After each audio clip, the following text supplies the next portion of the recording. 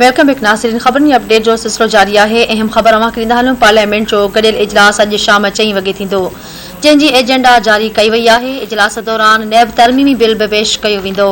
Election act 2017 तरमीमी bill बि मंज़ूरी लाइ पेश कयो वेंदो। एक भेरो ॿीहर अवां खे आगाह कंदा हलूं। पार्लियामेंट जो गॾियल इजलास अॼु शाम 4 वॻे थींदो, जंहिंजी एजेंडा जारी कई वई आहे। इजलास दौरान नैब तरमीमी बिल बि पेश कयो वेंदो। इलेक्शन एक्ट 2017 तरमीमी बिल बि मंज़ूरी लाइ पेश कयो वेंदो। बाक़ी अहम ख़बर ॾेई रहिया आहियूं। पार्लियामेंट जो गॾियल इजलास अॼु शाम 4 वॻे थींदो, जंहिंजी एजेंडा जारी कई वई आहे। इजलास दौरान नैब तरमीमी बिल बि पेश कयो वेंदो। इलेक्शन एक्ट 2017 तरमीमी बिल बि मंज़ूरी लाइ पेश कयो वेंदो।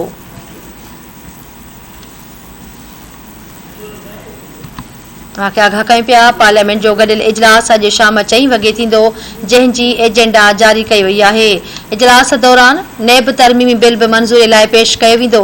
इलेक्शन एक्ट 2017 तरमीमी बिल बि मंज़ूरी लाइ पेश कयो वेंदो। आगाह कयूं पिया। पार्लियामेंट जो गॾियल इजलास अॼु शाम 4 वॻे थींदो, जंहिंजी एजेंडा जारी कई वई आहे। इजलास दौरान नैब तरमीमी बिल बि पेश कयो वेंदो। आगाह कयूं पिया। पार्लियामेंट जो गॾियल इजलास अॼु शाम 4 वॻे थींदो, जंहिंजी एजेंडा जारी कई वई आहे। इजलास दौरान नैब तरमीमी बिल बि पेश कयो वेंदो।